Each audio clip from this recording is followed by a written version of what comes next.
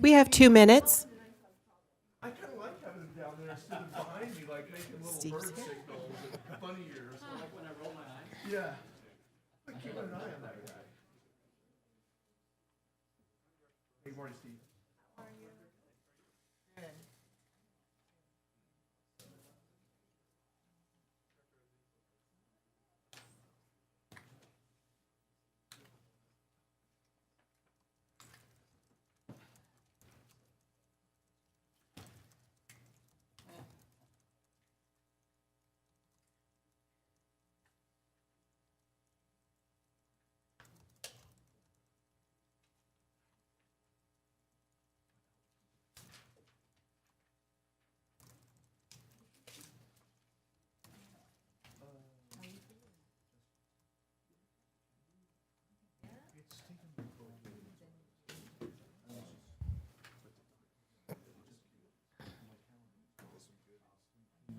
One minute.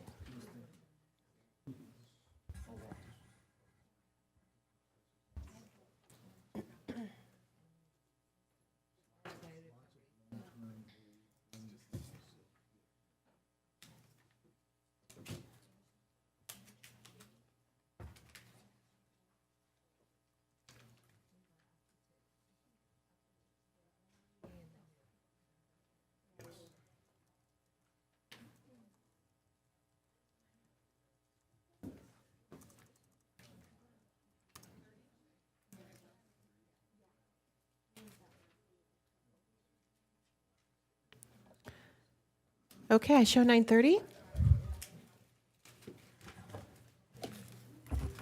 Thank you. Good morning, everybody. Let's call to order the regular meeting of the Western Municipal Water District Board. Tammy, would you please conduct the roll call? Yes, thank you. Good morning. Director Torres. Yes. Director Denstedt. Director Roten. Here. Director Risby. Good morning, I'm here. Good morning. President Gardner. I am here. Good morning. President Gardner, you do have a quorum today. Okay, great. Just a quick announcement. We're going to take our closed session item out of order. We'll do it immediately after public comments. So at this point, we will move to the Pledge of Allegiance, and Martin Lomelli is going to lead us. Welcome, Martin. Okay, good morning, everyone. My name is Martin Lomelli. I'm a senior ops tech 2 with the wastewater department. I've been here since 2016, so it's been an amazing 8 years. It's been my first water district, first water job in the industry, and I'm hoping to make it my only water district, so thank you guys. So it's been 8 amazing years. And then do I have the honor of this being Kevin's last board meeting for Pledge of Allegiance? So awesome. First birthday. Oh, happy birthday. Okay, yeah. Happy birthday, happy retirement.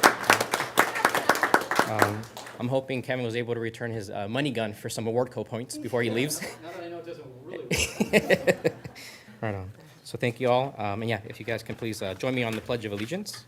If you like, you could put your hand over your heart. Ready? Begin.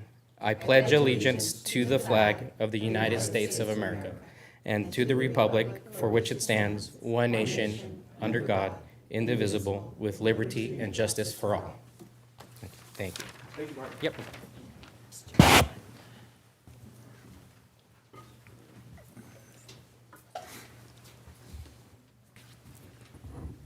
Okay, Tammy, do we have public comments today? We do not. I've received no written comments in advance of the meeting, and I have no request to speak this morning. Okay, with that, we will adjourn to closed session. Mr. General Counsel, do you want to announce that? Sure, thank you. So we are going to, per President Gardner's instruction, we're going to move item number 10 up, and that is the closed session. So at this time, the Board of Directors will go into closed session pursuant to Government Code Section 54956.9. Thank you. Thank you, and we will return as soon as we can.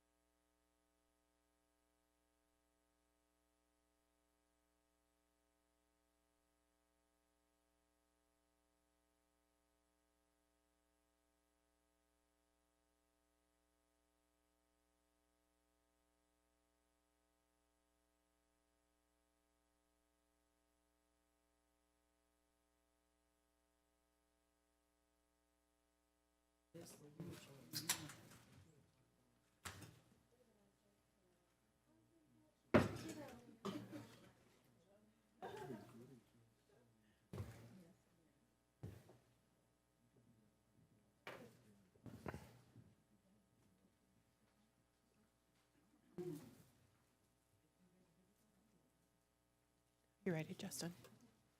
We're ready. Okay, the board is returned from closed session. Mr. General Counsel, do we have anything to report out? Thank you, President Gardner. So the Board of Directors met in closed session pursuant to Government Code Section 54956.9, and there was no reportable action taken. Great, thank you very much. Brings us now to presentations. I'm not sure, did we do public comment? We have- did. Okay. Yes, Good, glad I'm not paying attention. we offered. I love public comment. I thought maybe we could get more. All right, presentations. We are very fortunate today to have the Ferguson Group here. Mark Limbaugh and Chris Kearney. You heard our state update. This is our federal update, and you know them well, and they do a fantastic job for us back in DC on all elements and all applications and all funding that we've been getting.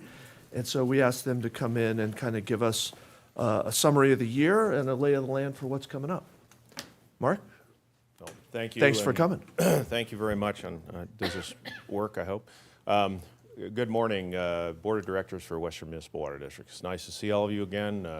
The Ferguson Group really has enjoyed our long tenure of working with this organization. It's a great organization and one that we're very proud to be associated with. And so I'd like to just kind of start by, this is probably the most popular slides for you guys is all the acronyms. And we've added a few. We've added a few, so it's not just a static list here. But yeah, I think you've got this in advance, but I wanted to make sure that we added the PFAS stuff, so everybody knows what that is, and you guys are very well aware of those. The overview this morning will be of the 118th Congress, which is the Congress that's just now in its waning days of the lame duck session. Talk a little bit about FY25 appropriations, some of the congressional spending that we are going to receive, what we've received in the past, and then a little bit about what's going on right now in the lame duck. Also, I want to talk a little bit about the infrastructure bill and the Inflation Reduction Act. Those are two things that put a lot of funding out there. And so we want to touch on those a little bit. Some of the grants, PFAS, Chris will give us an update on the PFAS legislation, regulation, and then we'll talk a little bit about the agenda for next year, and also maybe answer questions about what you'd like to know about what we think about the next administration, the next Congress coming up. So on the spending bills, negotiations continue on spending. Obviously, you've probably read in the paper that the continuing resolution expires on the 20th, which is this Friday. They have a continuing resolution that was just announced yesterday. It's only 1,700 pages long, so it's not a simple read. But I did get to go through it last night a little bit on some of the water stuff. Not a lot there for Western, but I think it's supposed to go through March 14th, I believe, is the new date that it would extend funding to. It also has a disaster supplemental component for all of the disasters that happened with the hurricanes in the south and the southeast, and some of the wildfires, obviously, in the west. Earmarks, unfortunately, they'll be punted until an omnibus bill or some kind of a spending bill will be passed in the next Congress. There has been additional funding in both the House and Senate versions of the appropriations bills that have been added to the Bureau of Reclamation, namely in water conservation and delivery, environmental restoration, fish passage, WIN Act storage, and Title 16 projects, and then the Water Smart program is bumped up in the Senate version. The Western Water Community Funding, Community Project Funding request is in the House bill at 1.1 million. We asked for more than that, and anything above that, that level, they just basically said, this is all the money we're going to give out. So it's either 1.1 million or zero. So I think we'll take the 1.1 and see what we can do with it. The budget process is likely to start for the next year, FY '26. It's supposed to start in February, but with the new administration coming in, they're going to want to go over the budget that's being prepared currently in this administration and put their mark on it. So I would think that we're going to probably see a delayed release of the president's budget request in the next year. But we still have to work on next year's request for community projects, and we'll be working with your staff on doing that. Just as a quick read on the bipartisan infrastructure law spending plan, this comes from Bureau of Reclamation. This chart shows how much they've basically obligated in each year, along with their plan to obligate in 2025, which is that's the year we're in now. And this is outside of the appropriations process because this money was provided without, through an appropriation. So this is in addition to the FY25 appropriations process that's going on right now. So this isn't affected by the CR. So these dollars are out there. We've been working with your staff to apply for some of these dollars, and so wanted to make sure you knew that that was going on. On the Inflation Reduction Act, there was $4 billion in there in that for Bureau of Reclamation, specifically for upper and lower Colorado River basins and other basins that are affected by drought in the last several years, as well as ecosystem restoration that has been impacted by drought and Bureau of Reclamation projects.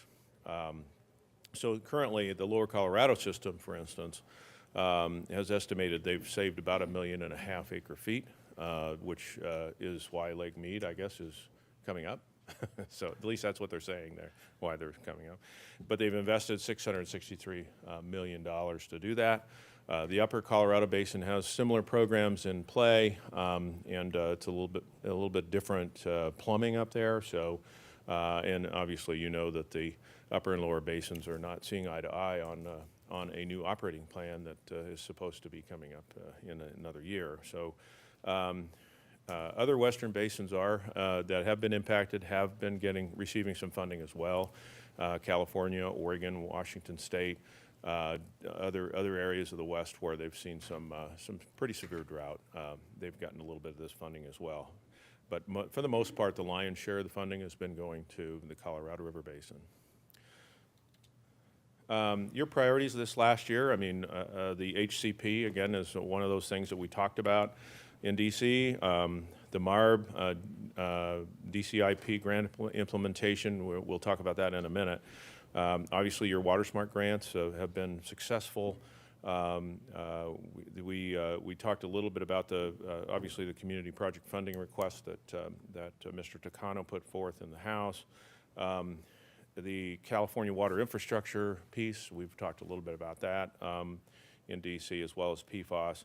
And then we went back to DC in the end of April, early May for a trip, and had very good success talking with our delegation, some committee staff, and with the administration folks that we met with. So it's always good. I'm going to turn it over to Chris now to kind of go over a little bit about the PFAS chemical issues. Good morning, everyone. So we had a little election a few weeks ago that you may have heard of. So I think we'll see a bit of a pivot in the PFAS arena as a result. The most notable things this year was the administration finalized their 2 hallmark regulations on Superfund and drinking water standards.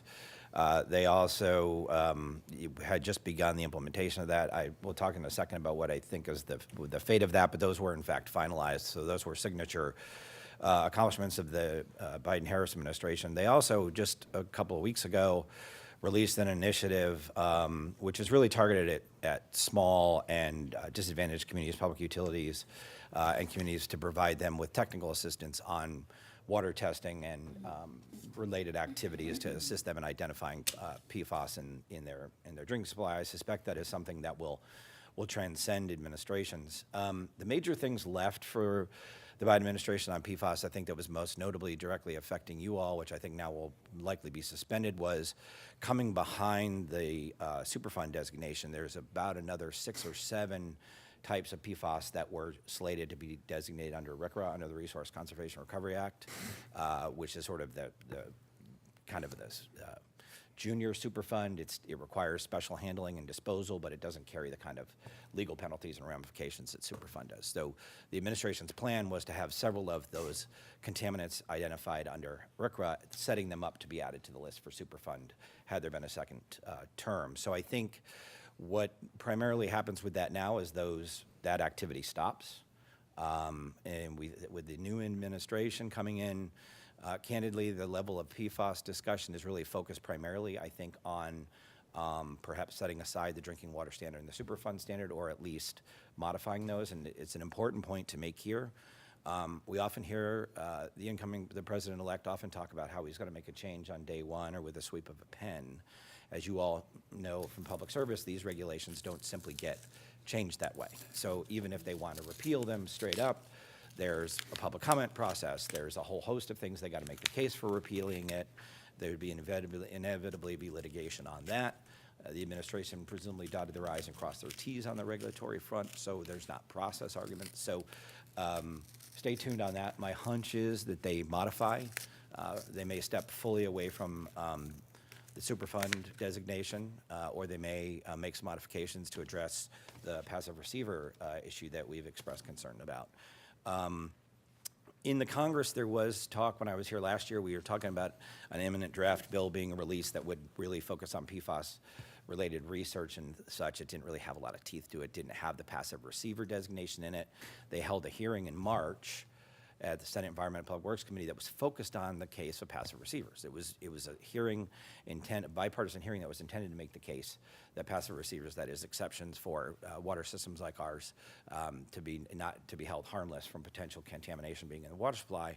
And unfortunately, that hearing had some initial momentum, but nothing ever came of it. So we stand where we stand on the Superfund provision, all still in place. Now, with the incoming Republican Senate takeover, the chairman, Shelley Moore Capito from West Virginia, she's been the senior Republican for the last 2 Congresses in that committee chair. She will ascend to the chairmanship. She has already spoken specifically about her intent to try to address the passive receiver issue, whether that be in legislation or working with the administration on the regulation.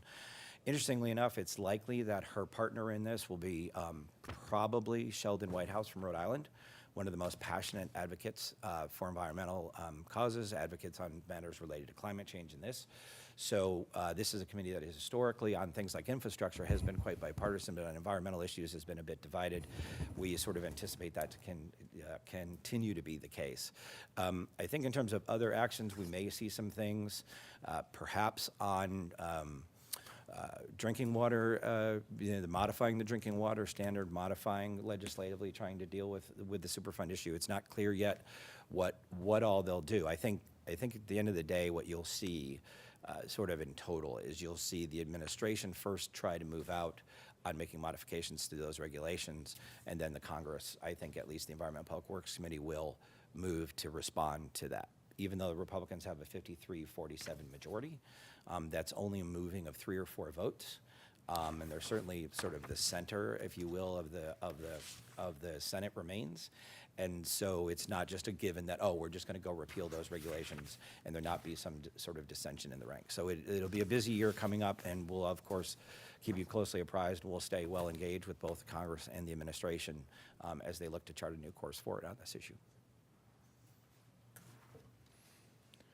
I'd like to also congratulate you on the $13.1 million in the grant that you received for the Defense Communities Infrastructure Program. That was a long-deserved, seeing as how we had, and I'm glad you guys stuck with it, because that's how you get these things, is you don't quit after the first time. That's right, we should.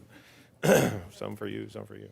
Anyway, yeah, that's for the Marb Sewer Force Main and Lift Station, and also congratulations on your Water Smart wins, the $100,000 for the SCADA Master Plan and the $388,000 for the Planning and Project Design program, which is the newest Water Smart program out there. So that's those are great.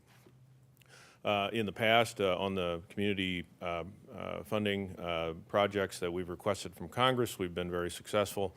I think in terms of the PFAS treatment pilot, we've certainly been seeing that kind of morph into a little bit of a different project, and certainly we look forward to supporting you in obtaining those funds to first line those pipes on the MARB base, and then figure out what kind of treatment plant makes sense after that's done. So it makes sense to flip those around so we actually get the more bang for the buck in getting that PFAS out of the system and keeping it from coming into the plant rather than trying to treat it all and then do that. So you're on the right track there.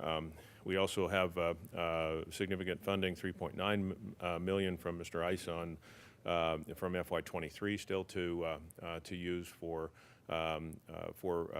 upgrades in your system, and then also last year's almost $1 million for the backflow replacements, and then this year for expanded recycling infrastructure.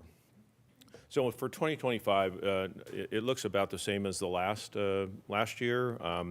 Not a lot of new stuff, but we do have new players, a new administration, and certainly that's something that we need to pay attention to and get you guys in front of the new appointees as they come in. And typically staff changes, even though you may keep your senator or your congressman, but you do have a new senator that coming in, Mr. Schiff.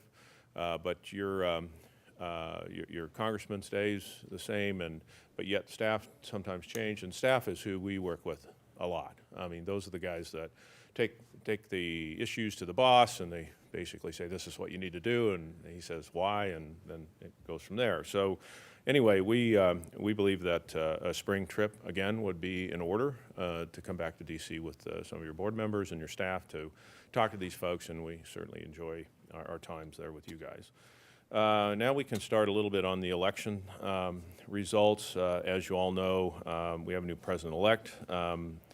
The Trump cabinet has been shaping up at what they call light speed. I think for the most part, he's got all but one or two left to go. On the House side, the Republicans retain control, but barely. That right now, there's 3 empty seats in the House. That brings and they're all Republican seats. That brings the numbers down to where they only have 1 vote margin, basically. And so when you go down to 217 to 215, 1 vote switches the thing. Basically, if it goes to a tie in the House, it kills the bill. It's enough. So anything a tie or the other way, basically is something that they have to look at. And that's why you see a lot of criticism today of the Speaker making a deal to get a CR passed, because he has to deal with more than just his Republican folks, because they can't get the votes in the Senate to pass that if they don't. So it's a Rubik's Cube, if you will, of political gamesmanship that they have to do. And so you can't blame the Speaker for trying to do his job, and on the other hand, he's got to keep the folks that put him in that position happy, and right now some of them are not happy. So we'll see what happens there. It's going to be very interesting to see how this thing works out. The Republican leadership in the House is obviously, we talked about Speaker Johnson from Louisiana, Majority Leader Steve Scalise from Louisiana. There's a theme going on here, and the Majority Whip Tom Emmer from Minnesota. They're all still in place. They were there last Congress. Democrat leadership, you do have a Californian in the mix there with Chairman Pete Aguilar from the Democratic Caucus, and the Minority Leader continues to be Mr. Jeffries from New York, and Minority Whip is Ms. Clark from Massachusetts. On the House Committee leadership, we've seen some changes there.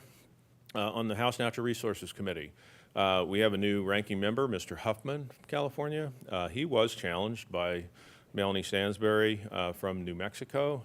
Some of you may remember she was on the Senate Energy Natural Resource Committee staff, and we may have met with her several times in the past.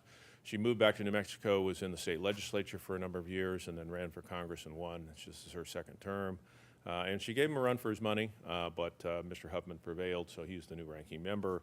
And you recall that Mr. Grijalva was in that ranking member role. This is his last term in Congress. And Mr. Huffman challenged him, and he backed down. So we have a new ranking member there. In agriculture, we don't have her picture up here because between the time we made this slide deck and the time that we're standing here today, we had some changes on the House Ag Committee. Mr. Scott is no longer the ranking member. It's Ms. Craig, I believe from Minnesota, I think so, one of those flyover states. Anyway, the Angie Craig, I think is her name, and Mr. Costa did not get the ranking member position on the House Ag. And Energy and Commerce, Mr. Guthrie got that chairmanship from Kentucky. Mr. Pallone from New Jersey is still a ranking member there. In the Senate, the Republicans have a 53-47 majority,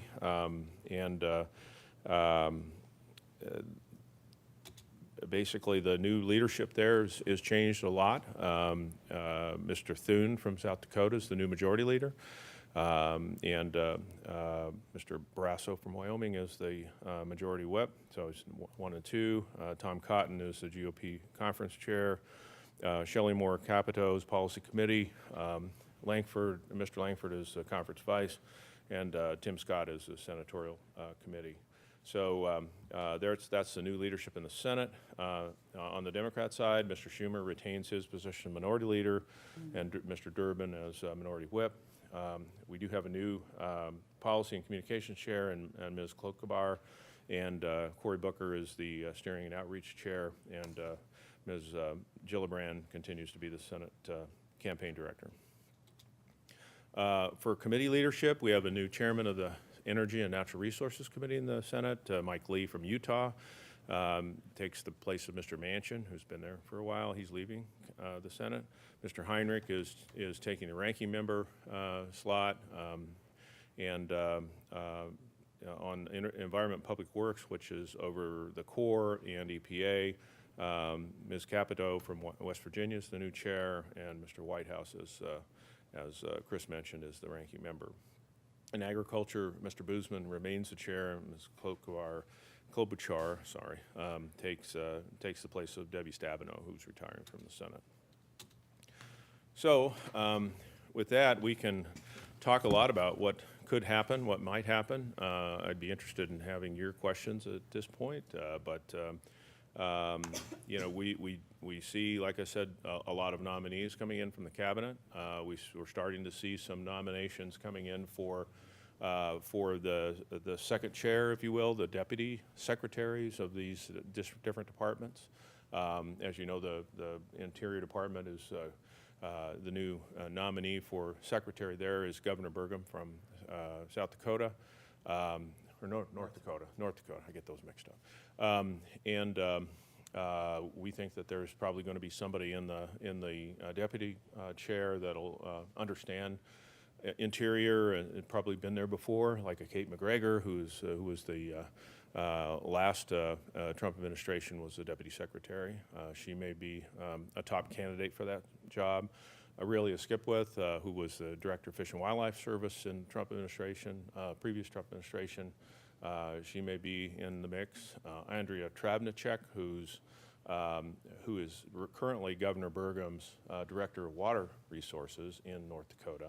She was in the Trump administration and was actually a deputy assistant secretary in 3 different hallways. So she's got a lot of experience there, and she'll probably at least be a very senior advisor to the secretary. And she's pretty well known to a lot of folks in the water world. And so, you know, we're kind of waiting for those positions to start being announced. I think as far as our concerns are, in Commissioner, Office of Water at EPA, Assistant Secretary for Water and Science at Interior, those are all going to be later, but we're certainly starting to hear some names come up, and we'll keep you guys informed on that. Chris, do you want to talk a little bit about anything else on this, or just open up the questions? No, I think that covers it. So with that, we think, first of all, I think we're going to see a lot of new things coming out of on regulations on Endangered Species Act, Clean Water Act. We're going to see another WOTUS rule. What's a new administration without a new WOTUS rule? And some NEPA changes that we'll probably be looking at as far as new regulations go. So, oh yeah, and can't stop here without talking a little bit about the DOGE committee. It says it's a department, but it's really not a department. It's basically an advisory committee. But it seems to be wielding a lot of power in terms of public opinion and helping the new administration kind of get their bearings on, what direction they want to go in terms of saving money, of reorganizing government, of making it more efficient, et cetera, et cetera. So I think we're going to see lots of talk. I mean, I just saw Mr. Ramaswamy came out opposing the CR, which is not really helpful to a lot of things. I mean, if Congress votes it down, then that means the government shuts down, and so is that what we want? I'm not sure. So we do have lots of stuff coming out of there. It's really going to be interesting to see what how they accomplish their mission. They actually go away in 2026 on July 4th. So it'll definitely be interesting. And to be quite honest, I think there's probably some good ideas out there that we could use and the administration could use to make things more efficient. So we're going to be watching that very closely. And Congress is going to have to go along with pretty much anything that is not in the law already. So now we can go to questions. Okay. Questions or comments? But of course. Can we go back to slide 3? 30? 3-0. There we go. So This one? talking about, what's your crystal ball say for new regulations and how is that going to be benefit to? Well, I think, first of all, I think I can talk to the WOTUS and the ESA thing maybe a little bit, and then, Chris, maybe you can talk about NEPA. But in terms of Waters United States, the Sackett decision out of the Supreme Court basically set the bar in terms of what waters are regulated in the United States by the federal government and what waters are left to the states to regulate. And so when the Biden administration came out with their new WOTUS rule, it was basically all-encompassing. I mean, it was anything wet, pretty much, was going to be jurisdictional.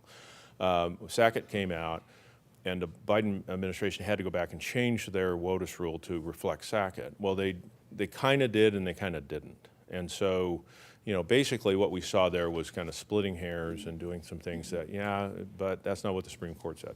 So I look for the Trump administration to come in, abandon that rule, come up with a new rule that basically is a strict reading of the Sackett decision, and putting that in as the federal government's jurisdictional determination factor. So, and that's going to be basically, if you have a wetland that's next to a waterway that's connected with a permanent flow, then it's jurisdictional.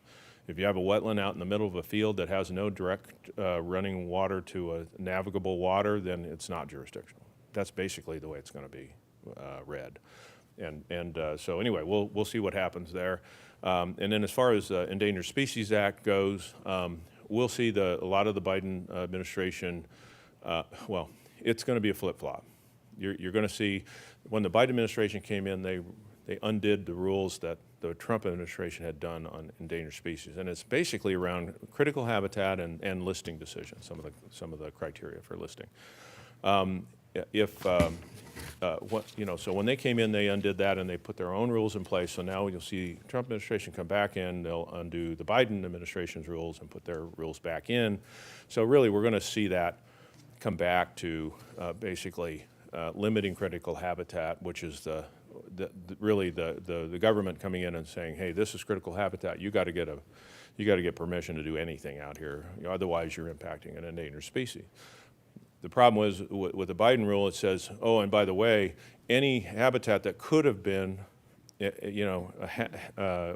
have had that endangered species living on it at any point in time in history would be considered critical, right? So the Trump administration says, no, the endangered species has to be there in order for it to be critical habitat. So that's kind of the difference. So they broadened it. Trump administration is going to bring it back to be more narrow.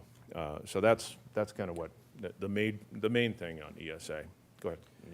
One of the things I think is going to be really interesting on regulations just in general is this will be the first administration that really has the opportunity and the challenge of grappling with the Supreme Court decision that you may have heard of that essentially struck down the Chevron doctrine, which by and large gave agencies broad authority and discretion to interpret statutes the way they wanted to for things like ESA. And a lot of that really revolved around a number of the statutes that were in back in the 70s that were pretty broad because the whole purpose of those laws was to give the agencies a lot of discretion.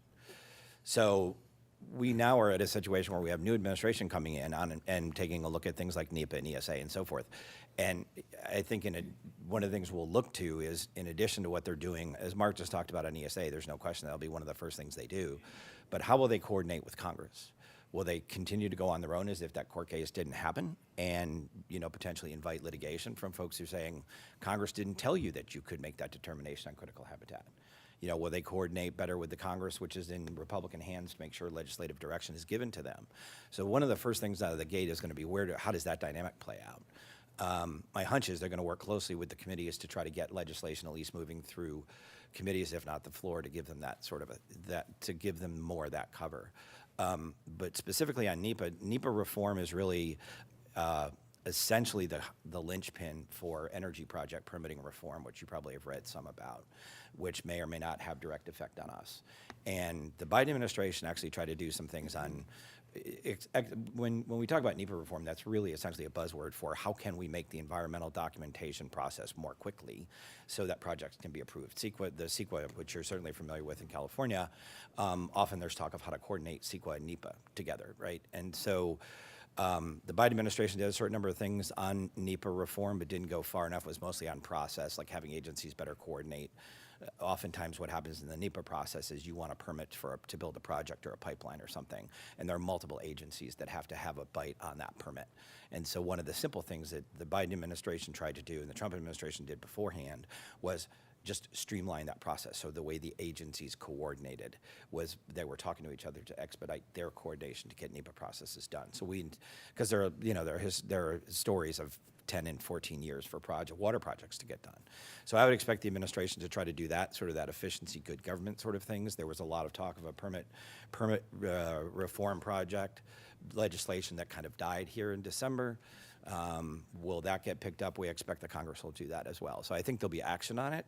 I think one of the open questions on all of this is how do you coordinate? How do you wrestle with that legislative direction or not in the context of the scope of the regulations? One other thing that could impact Western is what they call a categorical exclusion from NEPA. Reclamation had in the Biden administration and in the Trump administration, they basically came through from the Trump administration to the Biden administration, and they're basically trying to finish up some CEs, some exclusions from NEPA that would indicate, some of these water smart grants that you're currently having to do NEPA on, you wouldn't have to do NEPA on it anymore. And those are the kinds of common sense things that, you're replacing a valve and you've got this and that, you're doing just upgrading your system. If you got to do NEPA on that, it costs money, it takes time, and it puts these projects off to where you're losing the benefit of getting this funding. So we're hopeful that those CEs will get approved, that the Trump administration will keep those in place, and that it'll help with these grant programs to get to where you're not having to do a lot of the red tape. CEQA is another issue, but certainly that's something that we don't have any control over. Absolutely. And that's helpful because it kind of lays out the buckle up, get ready for the ride, and what might happen and how things are going to transpire. What other additional funding opportunities do you see that's going to come our way that might be beneficial? You guys have done a lot of work for us over a lot of years and have been very successful at bringing money back to Western. So anything that we can look forward to in the coming years for what they're going to set up? Yeah, I think Chris and I both can speak to this. I think we talked about this last night at dinner. We're looking at administration coming in saying we're going to stop spending money. So, basically, a lot of the bipartisan infrastructure law, the bill, the Inflation Reduction Act, all that puts a lot of funding into these programs, and we took advantage of a lot of that. But there's a lot of that funding still around. Now, whether the Trump administration comes in and says we're not spending anymore, well, they have to worry a little bit about, Congress passed a law back in the Nixon days saying, no, you really do have to spend the money. And so the other thing would be is if Congress rescinds some of that money to pay for, let's say, the extension of the tax cuts, for instance, in a reconciliation package next Congress. I mean, those are the things that we watch out for. I don't think they're going to go after the funding for water infrastructure, because I think that's important to everybody. I mean, that's something that you're actually investing in, something that's going to have a long life and it's going to pay itself for itself, as a public benefit. So those are the kinds of funding that they're probably not going to. We got to make sure they don't, but that funding is still there. Some of that funding. The other thing I think in terms of a new administration coming in, are they going to do away with all the grant programs? Are they going to cut back on that stuff? And the answer there is, how are they going to get their priorities out there if they don't have grant programs to help people get their projects done? And so what we'll see is maybe some reinvigoration or changes to the existing grant programs to basically match up with the new administration's policy direction. And then we'll probably continue to see grant programs that we can compete for our projects. And then we also fully expect that the Congress will still have a say in what's in their, what projects get funded in their appropriations bills under the community project funding. So we're going to be playing in that field as well to get your projects out there front and center and try to get some of that funding to get those projects done. Chris, do you have anything? Yeah, the only other thing I would agree with all of that. I mean, take WaterSmart, for example. WaterSmart is nothing more than a version of the Bush 43's Water 2025 program. They basically came in and said, this is a great program, it has lots of merit, but we can't possibly let it stand and have the same name. So they gave it, and WaterSmart is actually an acronym for something broader. And it's been tweaked and massaged, but the core of WaterSmart was a Bush 43 Water 2025 program, which in turn started with the Secretary Norton coming in and saying, we need to do better by the West in terms of projects, in terms of grant programs and that sort of thing. So I think that's just one, tiny example. I think you'll probably see some shifts in criteria and de-emphasis on some things and put some new names on some things. I think the infrastructure bill, that is a core bipartisan effort that will come up for reauthorization or extension during this administration. My guess would be they'll do some version of a continuation of a lot of those programs. The other thing that I think is worth noting is, and the DOJ folks and others will find this out, if you're trying to change the trajectory of the spending of our government and get a hold of the deficit challenges you have, it's mandatory programs and entitlements. The entirety of the discretionary appropriations for an entire year is about $1.8 trillion. We're running a $2 to $3 trillion deficit annually. So the political fallout for the sorts of changes that they might try to make, for the amount of scoring and dollar benefit, they're going to realize that. They're going to realize that pretty quickly. That doesn't mean there won't be some symbolism, but you could zero out entire budgets of agencies and not change the trajectory of what ostensibly they're trying to do in terms of getting spending under control.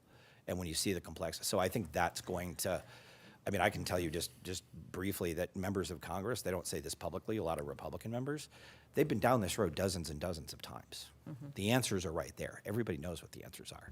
It's just taking this DOJ team a little longer to get to the same place, and I suspect that'll have an impact as well. Okay.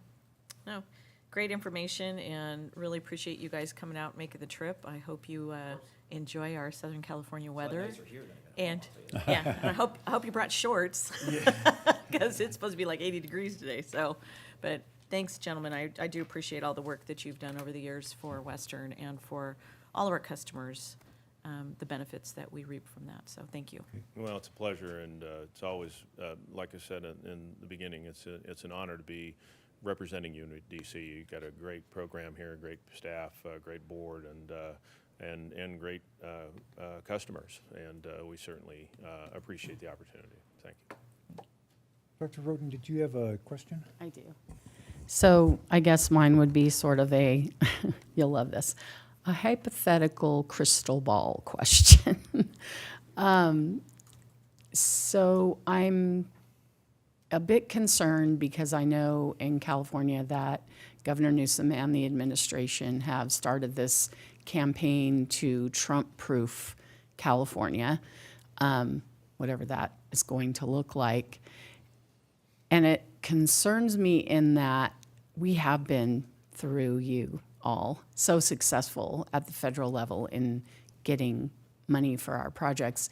Do you foresee that we're going to maybe have a more difficult road because of pushback that's likely going to come from our state? I mean, I kind of look at both sides of it. All those electeds, no matter what side of the fence you are on, or whether you're state or federal, I want to think ideally they're working for the good of the people. But then, you know, I know egos get in there and arguments get in there and that kind of thing. So I'm wondering, like, if our approach will have to be a little bit different, or and I'm, again, crystal ball. You have no way of knowing exactly what that would look like. Did we put the disclaimer in this? I think I've thought a little bit about that, and we have the same problem with clients in Oregon and Washington State too. I mean, you know, you've got the whole left coast is very anti, you know, whatever Trump says, we want the opposite kind of thing. And really, to be quite honest, you know, the president has come out, I think or President-elect has come out a little bit more along the lines of, hey, look, I'm president for everybody.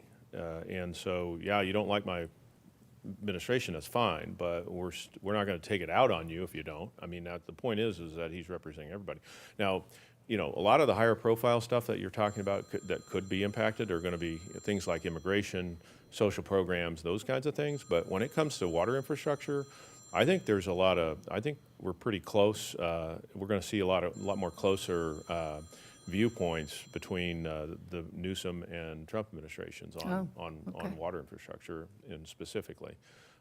Because I think those are the kinds of things that Trump wanted in the last administration. He wanted to see more investment in infrastructure, and now we're doing it. And so will we see that continue? I certainly hope so, because I don't see them stopping it. You know, I'm not too worried about that, but it is something that we have to deal with, and we're going to have to have our messaging points that, hey, look, we're serving real people, real households, the economy, and we're not getting in the middle of the food fights on this other stuff. All we want to do is make sure that our water infrastructure is secure and safe and modernized, and that's what we're doing. So, you know, Awesome. I think we have a good message, and we're going to stay on that message, I think. Christian? Yeah, the only other thing I would add is you have a longtime champion in Congressman Calvert, who doesn't represent as much the area as, of course, used to, but still has a sliver. So there's a natural sort of Republican ally there. He's the dean of the California delegation now. So there's bipartisan work in the House, and so I think that's obviously one place. You know, we're not going to look to have certain folks. You know, we will want to calibrate some of where we go for folks that really, like, you're not going to have Senator Schiff call the administration, ask for help, but you might have Congressman Calvert, right? So I think we have those kinds of bipartisan efforts. And then at the end of the day, to Mark's point, you know, it's water infrastructure. It's pretty, everybody wants it. And make no mistake about it, the House margins are so close. And relatively speaking, the Senate margins are so close. Everybody can see the 26 election. Everybody knows we're literally, you know, two vacancies from, you know, a flip. So I think there's just, everybody's going to need to work together. I'll give you a quick statistic. Since 2010, either the House, the Senate, or the White House have changed parties in the next cycle except 2012. So we're in a constant state of flux, and so we're only 2 years away from a change in what happens, or 4 years in what happens. And so I think we've got bipartisan working for us. We've got the nature of the infrastructure needs that everybody wants.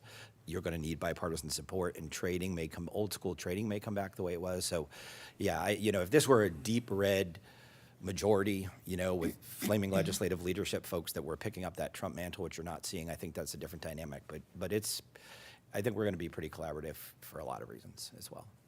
Well, I appreciate your insight. Thank you. Anything else?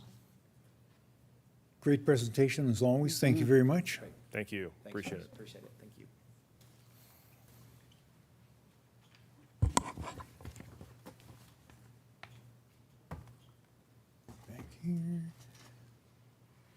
we have anything to add to the agenda? Or maybe, agenda. Anything to add?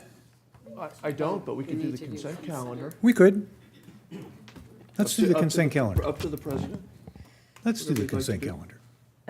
I have no problem moving the consent calendar. I will make a notation that item 6C is on the CFD for 99-1, of which I live.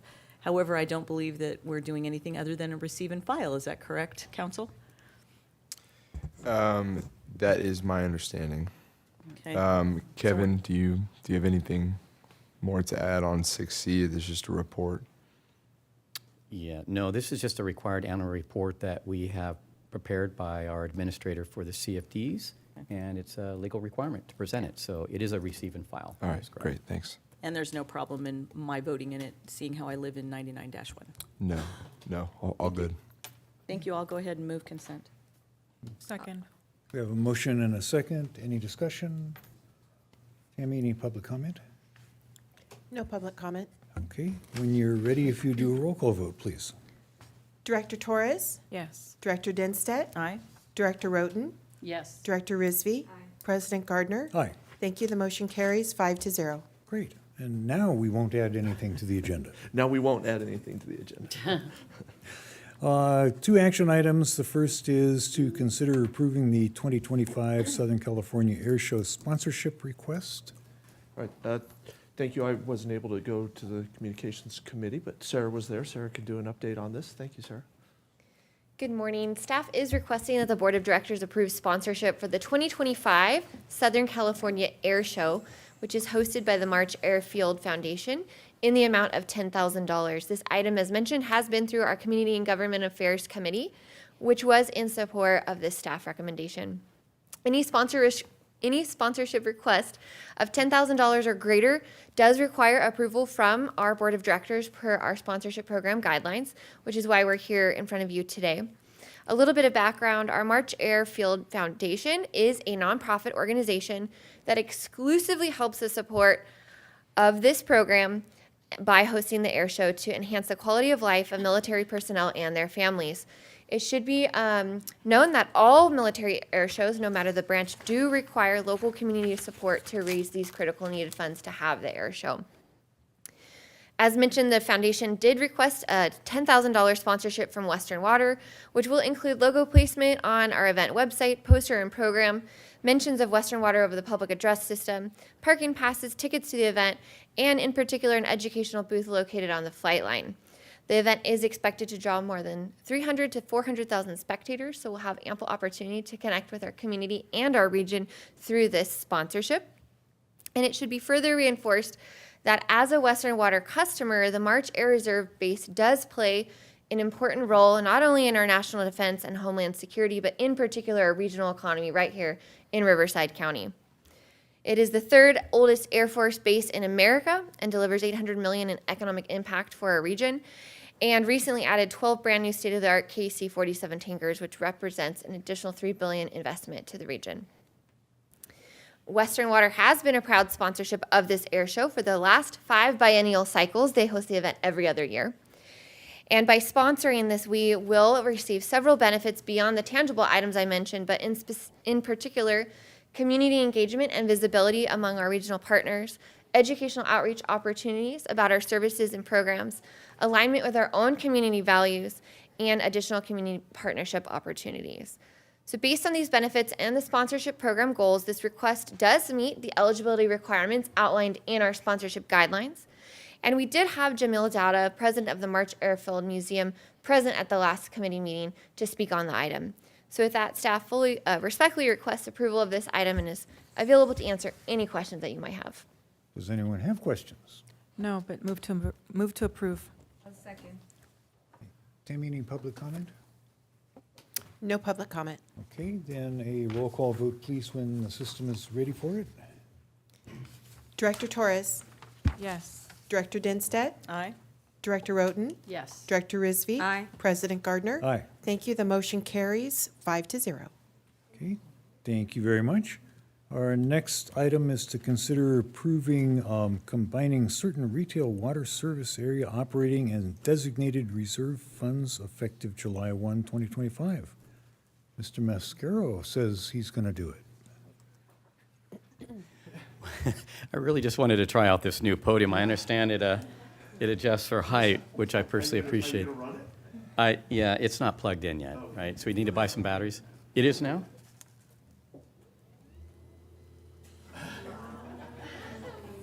I never thought I never thought I'd have to actually make a microphone rise. That's really fantastic. So, okay, Is clearly there a something to. Sorry, Mark. Yeah, this is going on my Amazon list, by the way, for Christmas. So, anyway, good morning. This item communicates the Finance Committee and staff's recommendation to combine the Riverside potable and Riverside non-potable retail water service areas and the March East water service area into a single area called the Riverside Water Service Area. Each of these three service areas currently has a separate operating reserve fund, which would be combined together if this recommendation is approved. In addition, the three system improvement reserve funds would likewise be combined, as would the three asset replacement reserve funds. What would not be combined are the capacity charge reserve funds in order to comply with legal restrictions on the use of those funds collected from developers for growth-related capital projects. This recommendation is prompted by the relatively small number of non-potable water connections, 186, and March East connections, 50, and as well as their proximity and connectivity to the Riverside potable service area. Staff expects this action will result in administrative efficiency and long-term system sustainability. In particular, the administrative efficiency would come from, for example, labor savings when recording staff time and tracking operational expenditures, developing water rates, budgeting, reporting, financial information. So please note that because of their geographic separation, the Murrieta Water and the Rainbow Water Service areas are not affected by the recommendations in this staff letter. Combining the operating and certain designated reserve funds will not have an adverse impact on customer water rates. Rather, on a positive note, effective July 1, 2025, as a result of combining of the reserves, customers within the March East service area would no longer be charged the $1.82 per 100 cubic foot asset replacement surcharge that was established in 2018. This surcharge is unique to the March East service area, and its revenue is used to repay an interfund loan and bond proceeds that paid for the replacement of the Graber Street, Gilley Street, Adams Avenue, and Decay Avenue water pipelines. These debt obligations have an ending term of fiscal year 2051. So combining the various asset replacement reserves will allow for the immediate repayment of the outstanding debt principal for these pipelines, therefore eliminating about $3.6 million in interest expense over the next 26 years for March East customers. Staff has worked extensively with legal counsel to ensure the proposed action is in accordance with California water and government codes pertaining to rates and reserves. And council has reviewed this staff report and notes that the use of non-potable water where appropriate benefits all customers. Therefore, using reserves to benefit the non-potable system also benefits potable customers, and vice versa. Regarding combining March East reserves with Riverside potable reserves, legal counsel has opined that these two areas are contiguous and interconnected, both utilizing the same local and imported water supplies. And this concludes staff's report, and we are available. In fact, we are all available for any questions. Okay. Are there any questions? No, move to approve. I'll second. We have a motion and a second. Any discussion? Well, we would like to thank all of you for Mr. Mascaro's great presentation. Tammy, when the system is ready. Is there any public comment? Oh, good point. There is no public comment. Thank you. Thank you. Director Torres? Yes. Director Dinstedt? Aye. Director Roten? Yes. Director Risby? Aye. President Gardner? Aye. Thank you. The motion carries 5-0. Thank. It was. And he got to play with the new equipment. Okay, brings us to reports, Mr. General Counsel. Thank you, President Gardner. Nothing to report. Just happy birthday, Tim, and happy retirement, Kevin. Okay, General Manager. He's kidding. Somebody lower it way, way down like his chair. I like how Kevin did this. I'm going to walk down here every time. Got it. We're going to drop it way down for you. I was joking that I want a control of going up and going down at my desk, so if people are taking too long, I can start lowering it. All right, I've got a whole bunch of things, but I'm going to start with some fun things. I want to honor a couple of employees, a few employees. So for those directors that were at our employee recognition event last week, you saw us award the Hungry, Humble, Smart Award.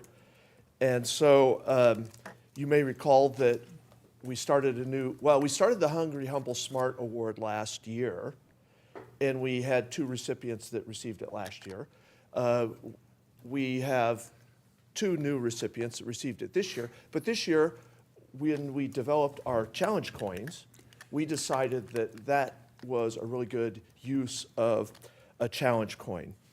And so we didn't give those to the recipients last year, so we wanted to bring them back so we could do this. So let me, for those of you that weren't there, and the audience hasn't heard anything about this, the Hungry, it's a mouthful, Hungry, Humble, Smart Award was created in 2023 to acknowledge team members who have consistently exemplified our values and models our commitment to an ideal team player by delivering hungry, humble, and smart team player approaches day in and day out. So let me give you some examples. Hungry, having a strong work ethic, an innate hunger for getting work done. Humble, putting others above self, offering recognition and appreciation of others. And smart, not intellectual smarts, but this is people smarts. This is about emotional intelligence, having common sense around how we understand people. So as I said, the winners of this award have traditionally received a crystal, which they will continue to do, but we wanted them to have challenge coins also. So I wanted to present those challenge coins. Unfortunately, we have a couple of illnesses today, so nothing goes according to schedule. But one of those is to Michael Hadley, who, Justin, is he on? He is on. Keep him muted. I don't want him taking over this thing.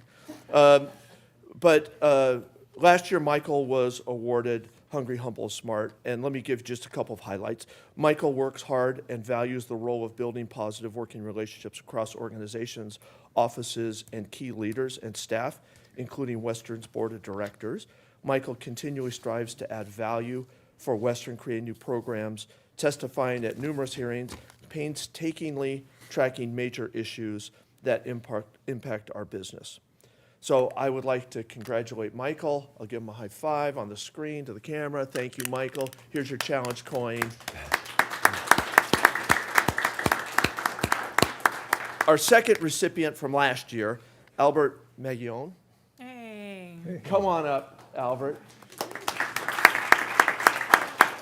Albert won this because Albert steps up and accepts challenges and assignments, not only willingly, but volunteers and wants to do it and strives to do it.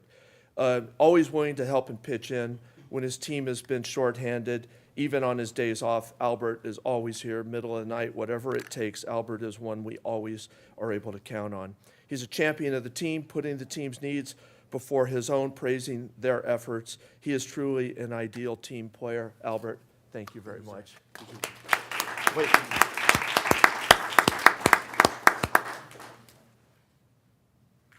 All right, thank you. Oh, good, she's here. This year, we awarded Hungry, Humble, Smart, we have 2 awardees, Allison Clark.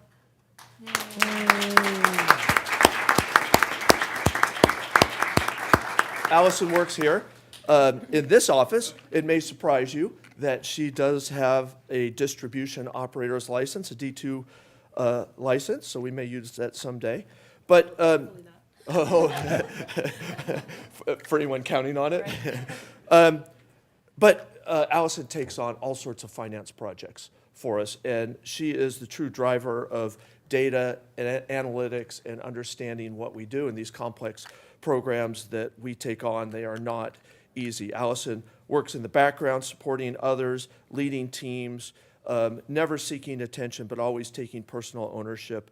And I know that she does a great job because people always ask me if Allison can work on their projects. Everyone wants her. She's a true Hungry, Humble, Smart award winner. Congratulations.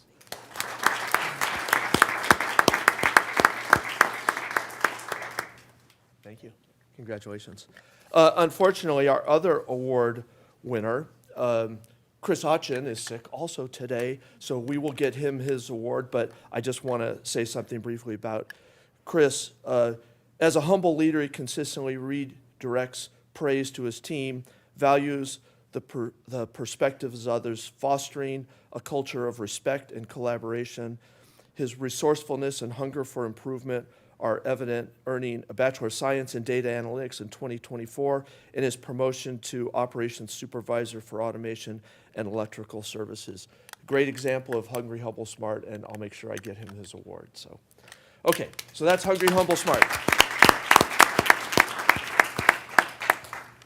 All right, I have another one. This is a proclamation. This may be why the finance team is here. I know they were really interested in combining cost centers, but this may be the real. So Kevin Mascaro is receiving a proclamation. So let me highlight a little bit of what we said in the proclamation. Kevin Mascaro has faithfully served Western Water since March of 2004, where his financial acumen, unwavering dedication, sound leadership have profoundly benefited the Western Water team and the communities that we serve.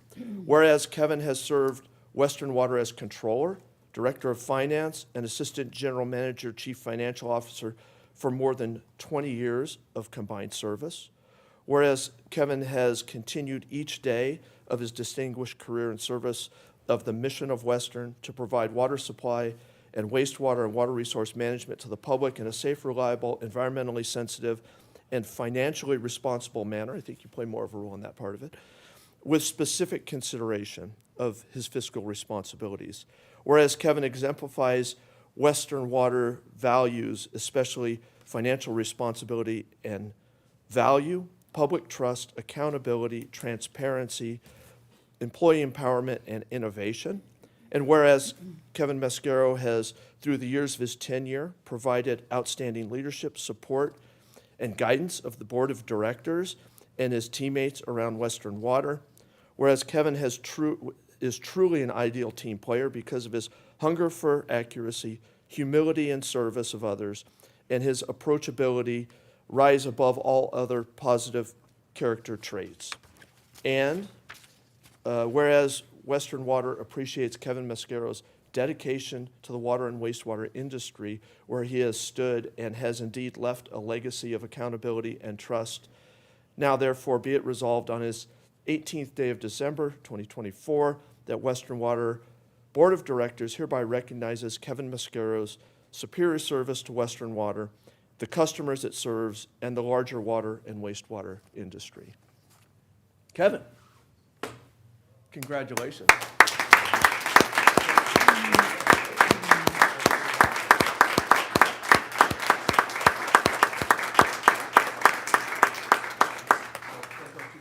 And you probably think Kevin just asked me to do this every board meeting. He kind of does. But since this is his last board meeting before he retires, I thought it was really appropriate. And so I don't know if any of the board members would like to say anything, but I've really enjoyed working with Kevin. He's been just a pleasure to work with all the time and a true asset to Western, the board, and our community. Kevin, thank you. Board members? Congratulations, Kevin. Thank you for everything you've done for Western and the team that you've set up to run the ball while you're gone. So thank you. Thank you so much. I've had the pleasure of working with you since I started, in August of 21, but then directly after our previous CFO retired. And I'm so sorry, his name is Rod Lamond, yes. I didn't work with him very long. But you have always been so patient, and I ask a lot of questions, as anyone who knows me knows.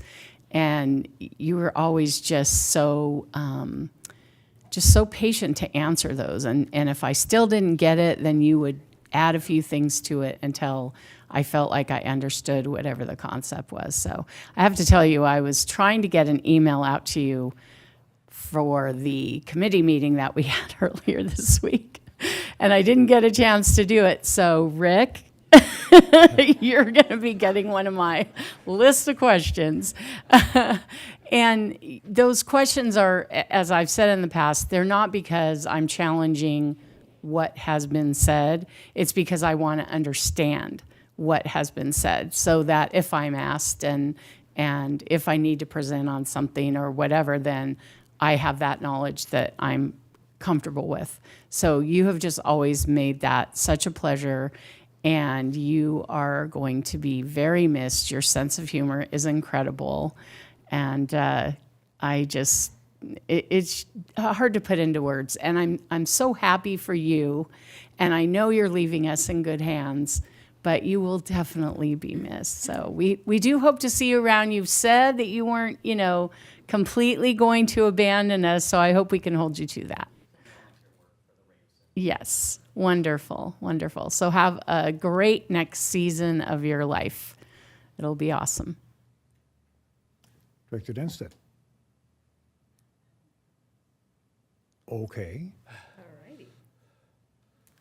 Kevin, thank you so much. Thank you for guiding me into working with Sarah and taking over when Rod left. And you've been such a great help. And I really didn't have to ask a lot of questions because you provided me with an update with all the understanding of things that were going on. So thank you. Thank you for all the work you've done for Western, not only with myself, but everyone. Wishing you a happy retirement. Enjoy your time off with your family, and we will really miss you. Thank you. Well, I thought I was going to go last, but I'm not. So, Kevin, I want to thank you for all the work that you have done to teach all of us what finance is actually all about, and how a negative is a good thing and a positive is not necessarily a good thing. Double negative, don't forget double negative. Yes, Positives. yes. I'm somewhat positive about that. Finance has never been my strongest point, which is probably why President Denstedt put me on the Finance Committee, and I've not been able to escape yet. But you make it so much more understandable. You're really good at picking out the parts that are important and from the parts that are kind of boilerplate that just have to get done, and making that understandable to people who are not finance people. Yeah, I mean, we're really, really going to miss you. And I think as you go out the door, you'll see a stack of public comment cards. You can pick one of those up anytime you want to come talk to us. Thank you. 3 minutes, that's a good idea. And the board president could cut it down if he chooses. Kevin, Yes. we have worked together for a very long time. There are moments that really stand out over the years. Nights in the garden when you're wearing, what is it, Mr. Ribbit? Yes. Why did you bring that up? My kids loved it, Everybody did, really. right? Okay. I didn't love it, Kevin.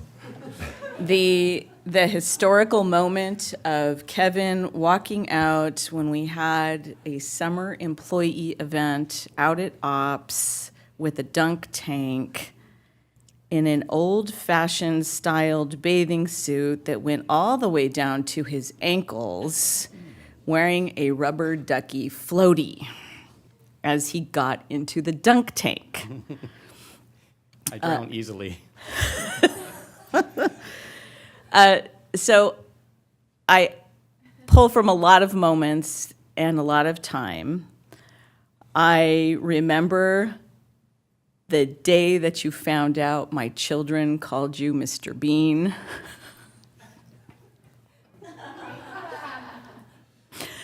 Yes, they had nicknames for a lot of you, and he's the only one that knows what his was.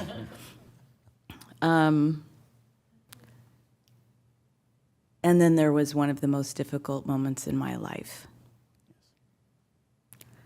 That your faith, your counsel, your support, and your comfort meant the world to me and to my family. And you delivered something beautifully at a very difficult moment in not just my life, my family's life, but in the Western family's life. And we've gone through some stuff. And I will never, ever forget you. You have my fond appreciation for your guidance, your wisdom, the love you've shown for this agency, the steadfast leadership that you've provided, with a touch of humor along the way. We so love and appreciate you. Thank you for your years of service. I really am very grateful. I'm truly very, very generous comments. The proclamation far exceeds any expectation I could have imagined. It, really it makes me wish I had spent more time getting to know me. But I want to make sure it's very, clear that I would be completely ineffective without the staff that's here from Finance and Information Services. I've visited a number of other agencies, and there is no other agency that has the high quality of staff than what we have here at Western Water. So I'm deeply grateful for them. Thank you so much. And truly, without your passion for our mission and your confidence and support of staff, we would not be able to do what we do best every single day. But we can because of your support.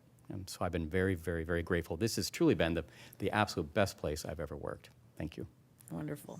And we have a little something too. So the board members, if we could go, and you've got to stand down here. So we're gonna. He's already here. Yeah, he gets to stand because we're gonna go down there and we're gonna take a picture because we've got a little something, something. Yeah, I got it. Because we don't have a little fun.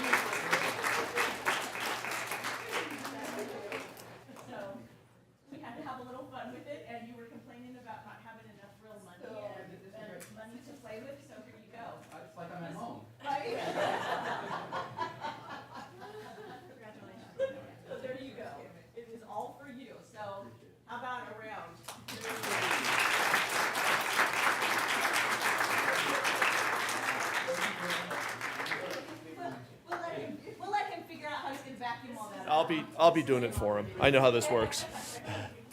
All right, as the directors are getting back up to the dais, I want to play the video that we showed at the employee recognition event. This is the Beyond the Drop campaign. So, Justin, if you could tee it up. This is our new video. Huge amount of effort went into this, and we're super proud of it. Welcome to Western Water. Today I'm going to be taking you on a quick tour of the magic beyond the drop. Our team isn't just here to answer your questions. We're here to ensure every drop meets your expectations. It's not just about turning on the tap or paying your bill online or at the front desk. It's so much more. Come on, let's take a look.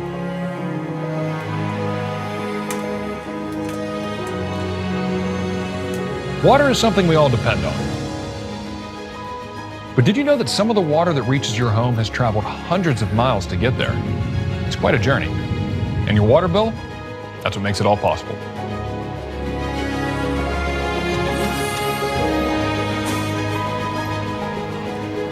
These are the folks making sure every penny you spend goes the distance. Making sure you're not paying a penny too much for a drop too little.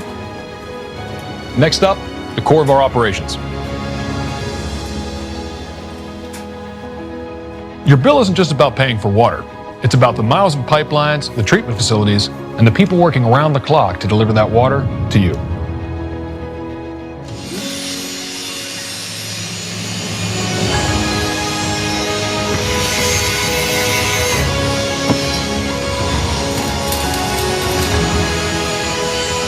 We keep your water flowing so you don't have to think twice about it. 24/7, they've got it covered. We all use water every day, washing dishes, taking showers, flushing the toilet. But have you ever thought about where that water goes when you're done with it?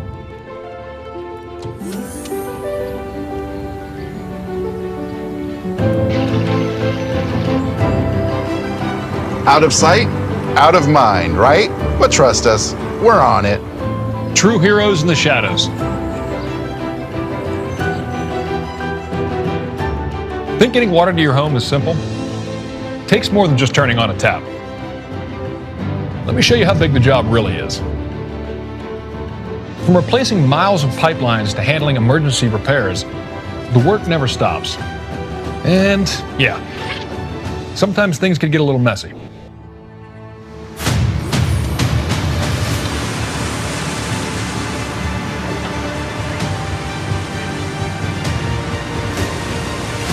We got it. We know how to handle these kind of situations.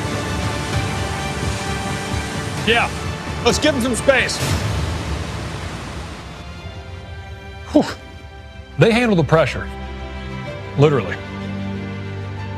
Now for something a little more refreshing. You turn on the tap expecting clean, safe water every day. But behind that everyday moment, there's a team working around the clock to ensure that it's perfect.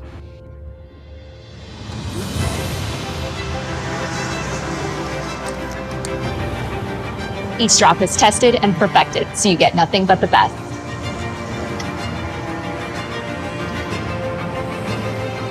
Clean and safe, just the way it should be. Ever wonder how we keep your water system ready for the future? Let's see where it all begins. Here's where we plan for tomorrow.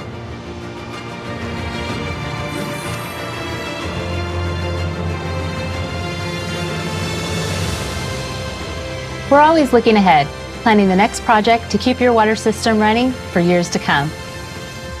Mapping out the future, one project at a time. And finally, the reason we do all of this. Behind every drop, there's a story.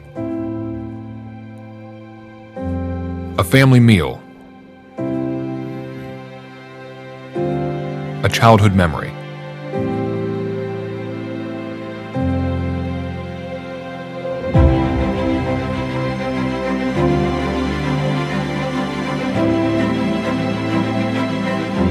Refreshing break. Water is there for every moment.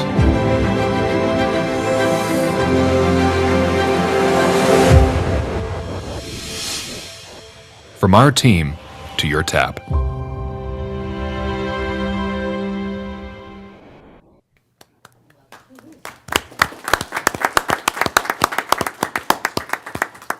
So we've we're going to be plastering that everywhere we can. We're really proud of that, and I think it really is indicative of what Western is really all about.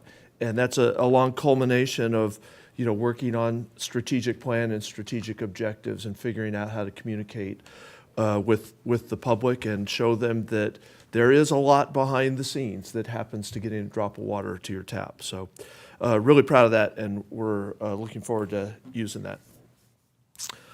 Okay, some boring, mundane Western things that we've been working on. Parking lot repairs are ongoing. We're not done yet, so that's happening on weekends, so we don't disturb the business of what's happening around here. Just in case you're wondering why the parking lot doesn't look as nice as it normally does. I've had a really busy couple of weeks between Aqua Conference, the CRUA Conference, met with Carla Nemeth talking about our bill that we're rerunning. Very positive discussion with her and her staff and our lobbyist and CMUA. We had a Riverside Water Task Force meeting that I wasn't able to attend because I was up at Met. I heard great things about it. Lots of positive feedback from that. Yesterday I was up in Sacramento at CMUA. It was Barry Moline's retirement party. The executive director is retiring. Danielle Blassett-Hayden is coming on as his replacement. So I spoke at that event yesterday along with some other meetings up at KP. Met has been extremely busy.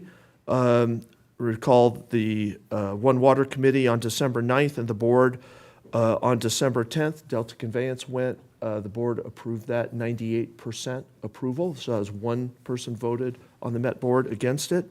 So that was a huge accomplishment. That's getting lots of traction all over the state. That really sent a message back in Sacramento. So that was a really good thing.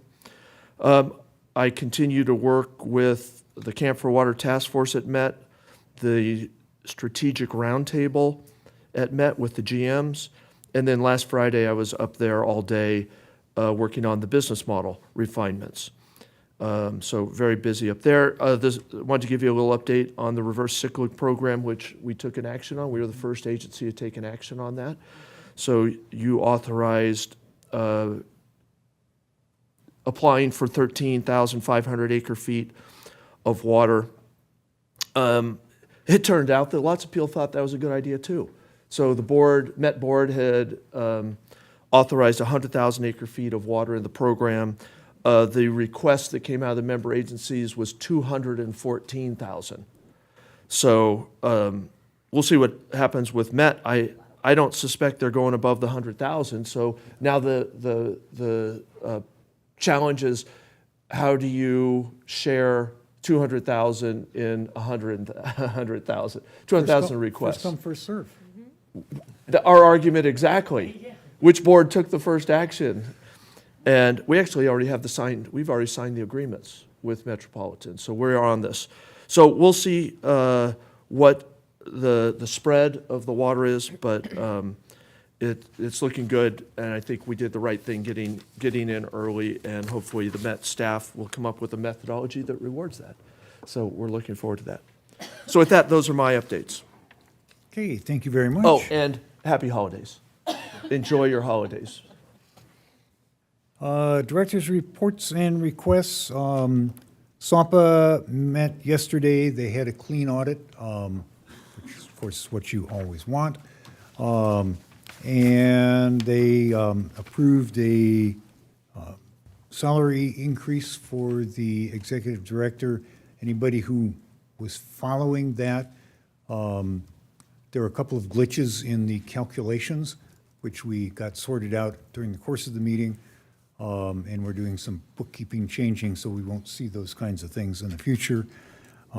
Matt? Well, Craig just kind of gave you all the big highlights. So there's obviously, and we do not have meetings scheduled towards the end of the month, so we're taking that opportunity for a break as well. One of the things that I did want to call attention to, and I wasn't invited to be the closing speaker for this event, was the celebration for the water for Life calendar that you all have a copy of. Our winners for the calendar are in the month of December, so I want you to take note of that. It was a big deal. It was the first time that Metropolitan did this event for the calendar in person in 5 years. And it was a huge turnout. The crowd was great. They did an entire luncheon. The kids were there, the educators were there, parents were there, and it was just a really phenomenal celebration. You know, some of these kids are so talented. And I will note, it wasn't one of our folks that won. It was and I'm trying to remember where she was from and what agency she was from, but she wasn't able to be there, and her parents showed up in honor of her because she was actually joining the Air Force that day. Oh, wow. And so she was getting all of those things done. And because remember, all of these kids, when they did this contest, they were in school and then they graduated. So all of the seniors are out of school. So she's going on to bigger and better things. And it was just a really wonderful celebration and something that I've been in support of for a long time. You know, we've got our highlight wall out there in the lobby of our building, and the parents were so appreciative and the kids had so much fun. So I was really thankful that I was able to be up there and was invited as the closing speaker. It really meant a lot to me to be there. So, and other than that, we got an update in closed session today over stuff, so you are up to speed on where I'm at, and I will report as I can as that situation continues to move forward, and hopefully we'll see a end in sight soon, sometime in my lifetime. No, and Mr. President, that's all I have to report. Okay, thank you very much. Chino Basin Watermaster was dark in December. CDA did meet. Their primary action was to commit to upgrading some of the equipment at Chino Desalter 1 with higher efficiency equipment. And attached to that, they're going to apply to the feds for some money to help pay for that. And that was pretty much them. Prikra. We had a meeting last Thursday. Just one action agenda item. It was authorizing the administrator to issue a purchase order to Best Contracting Services for the installation of the new roof for the administrative building. Great. For the treatment plant. And then we just had some updates after the fire, the operations update. Brian told us that everything is working well at the plant and things are going good. So Good. That's about it. Okay. WRCOG. Yeah, WRCOG, I did a report last time, but this is just to give you a status update for what we're going to be doing in January. So the executive committee will be dark in January because we have our strategic plan that is set for, I believe it's January 10th. And it's being here. We are again the host. They like our room and the way we can set it up and accommodate that. So we'll be here for most of the day doing the strategic plan, and you are certainly welcome. It's obviously a public meeting, and you're welcome to attend. I don't know if it's going to be posted on Zoom. I would assume it is, but I haven't seen, because it's a little far out still. Do we? It's far out. I have not gotten that information yet. Okay, so we'll. It's January 10th? I believe it's January 10th, yeah. I think it's at 10 o'clock in the morning is what it's scheduled for? I think it's 9 to 1. Is it 9 to 1? Okay, I thought it was 10 to 2. Okay, well, I'll make adjustments there. So be prepared for anything that you wish to do. Obviously, water will be discussed at that meeting and how we're going to focus on that and what our plans are for the future. And we'll see what shakes out of the strategic plan and if we've met our objectives and goals from last time. So more to come on that. And that's all I have. Okay. Sarah. It was dark this month. Aqua Region 9. Aqua, so we had our Region 9 meeting. It was very well attended. I think it was very informative. We did our little survey that went live on the screen, which I got to lead, which was a lot of fun. And just ask the membership, as we're planning our 2025 program coming up, what does the membership want? So we'll be discussing that. We have a meeting scheduled for Region 9's, I think it's the 17th of January, Friday the 17th, I think. I'm looking. I believe that's correct. Yes, and it will be hosted by Desert Water Agency this time. So anybody is obviously welcome to attend that meeting and come and be a part of what we've got and what we're talking about. So we'll be looking at all of the comments and everything that was covered at the conference and trying to set a program up for later on in the year, whether it be a tour, an informational, whatever it is that we're going to do. And that is, and then obviously we did the program that we hosted for the Region 9 at the conference. Randy Record, we did an ag program, and so Randy Record was one of the speakers. It was really nice because Randy was honored for his many years of service and was given that award at the conference, so it was great. And then also one of our own, Dean Standing Warrior, was one of our folks that was speaking and talking about our innovation, and we were up for an award. Sadly, we did not win that award. I was really bummed over that. So, but it was an excellent program. I think it was hugely attended. I had lots of people that came to make comments about what a great job and what a great team we have, and I was very pleased to get all of that feedback. So thank you, Dean, for doing such a great job. And that's all I have. Okay, director's comments. Director Roten. So when I went through my Aqua JPIA and Aqua conference materials last night at a fairly late hour, I felt like I was really organized, and I'm like, I'm going to just be able to give this presentation, and I think that you all would probably be falling asleep, so I'm going to just shorten it a bit. But as the representative to Aqua JPIA, I get to go to the conference like a day and a half early, and I attended the Aqua JPIA Ask Them Anything segment, which in theory was kind of cool, but each of and there were a number, I don't know, 8 or 10 different folks from JPIA that work in different capacities.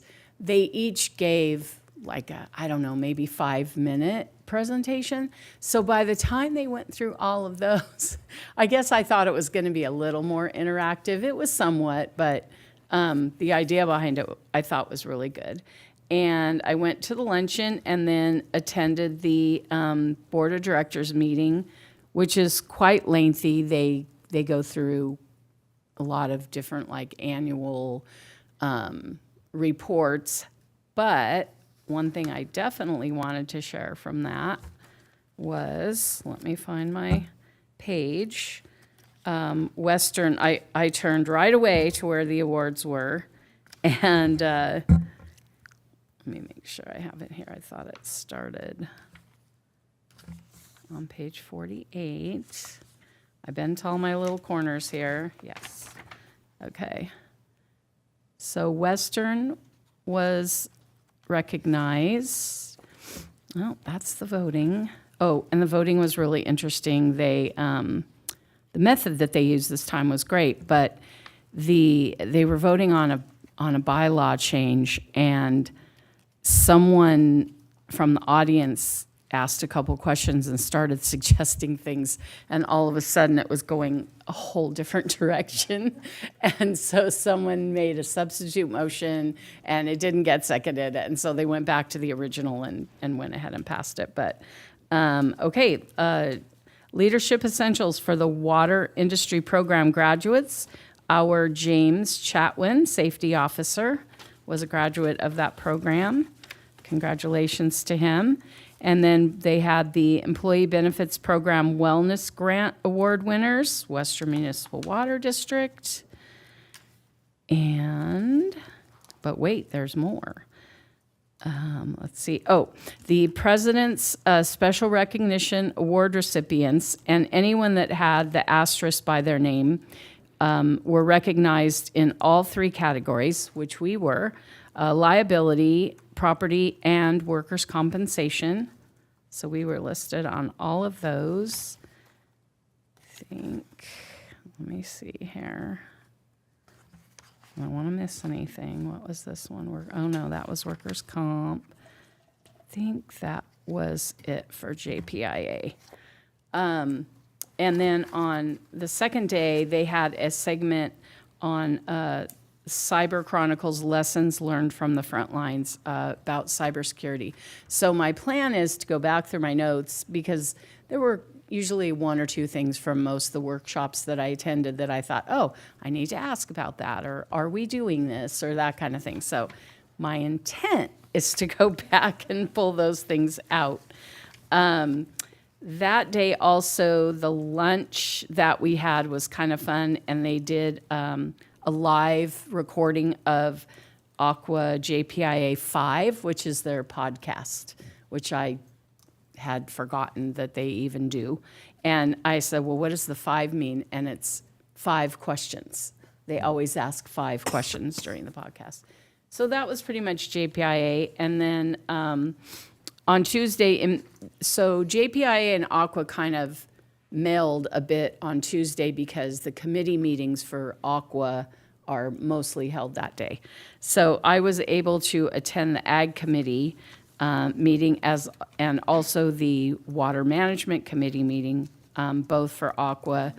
They were both, to me, very interesting, and Mr. Miller is part of the Water Management Committee, so that was kind of cool knowing that he has an in-person hand in that.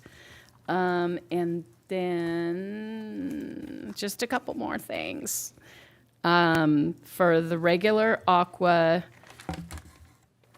I did attend the Region 9 Food is Life with Randy Record. That was very interesting. Wrote a few things down from that.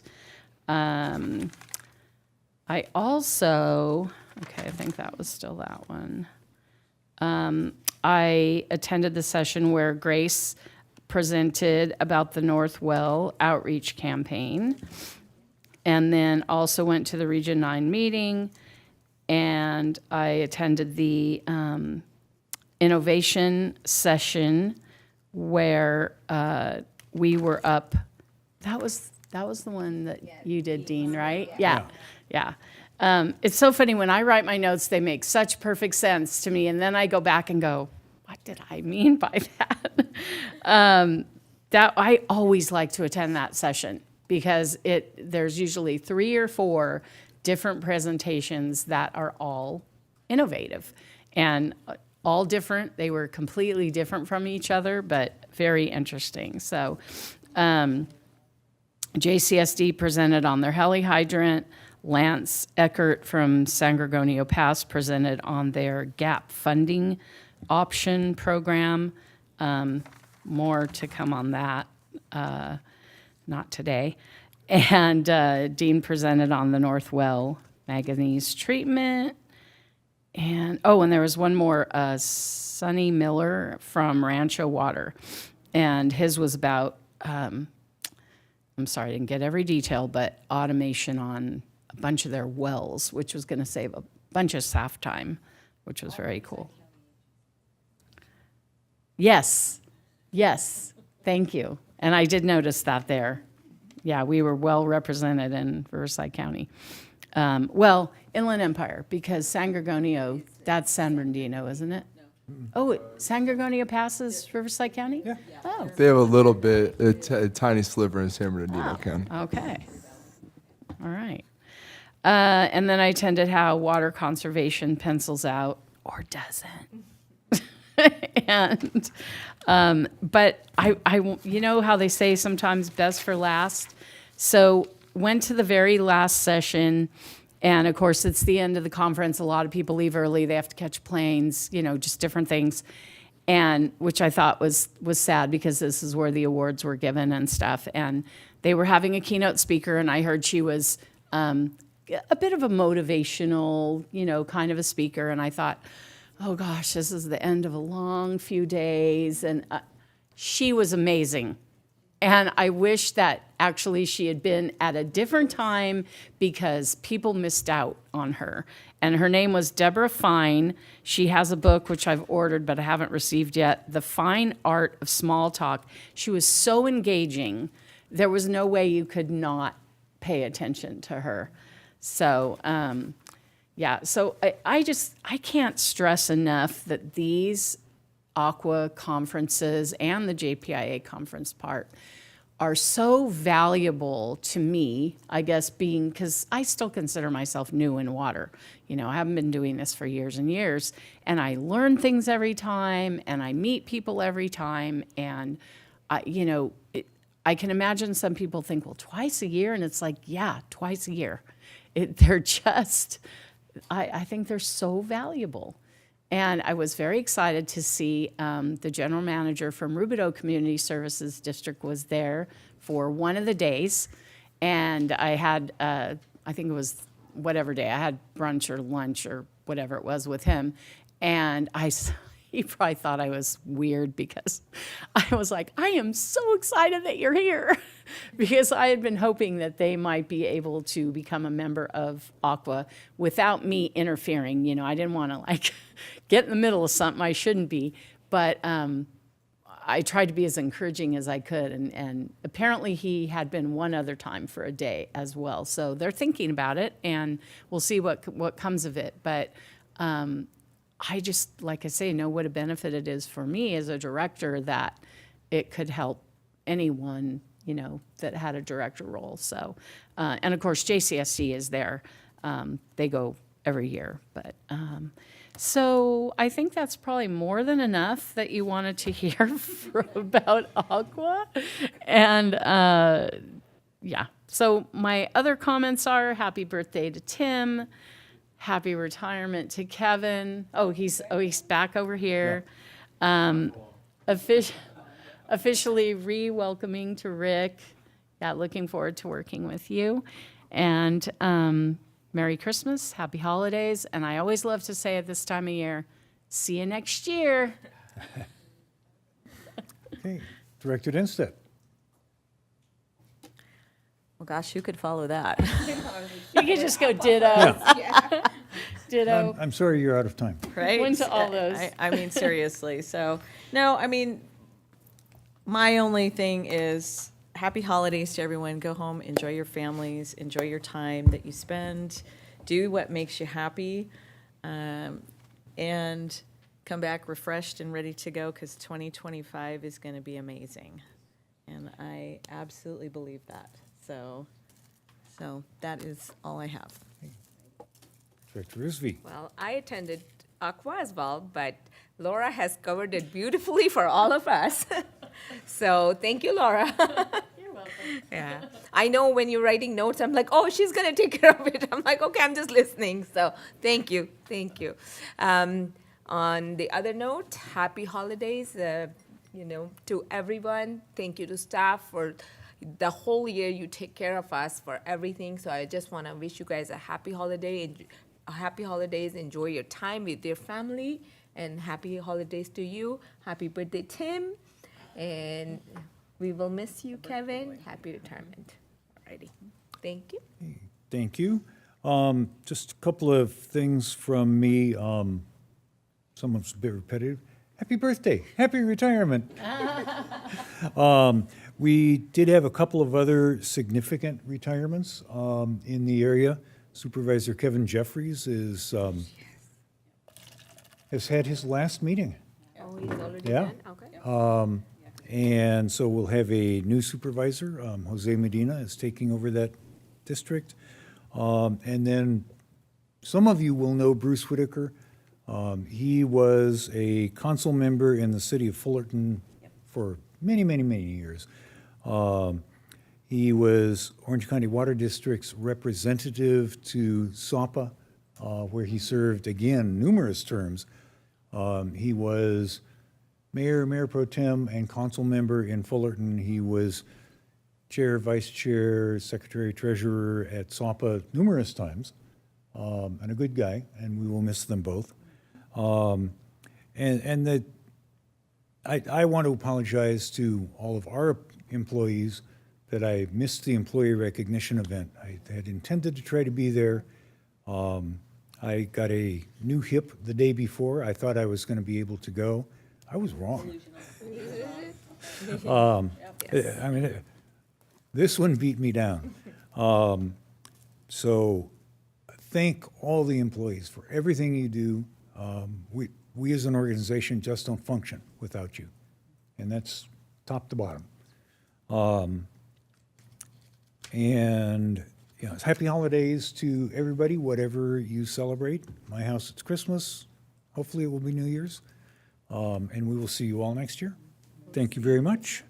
Our next meeting is January the 8th, right here.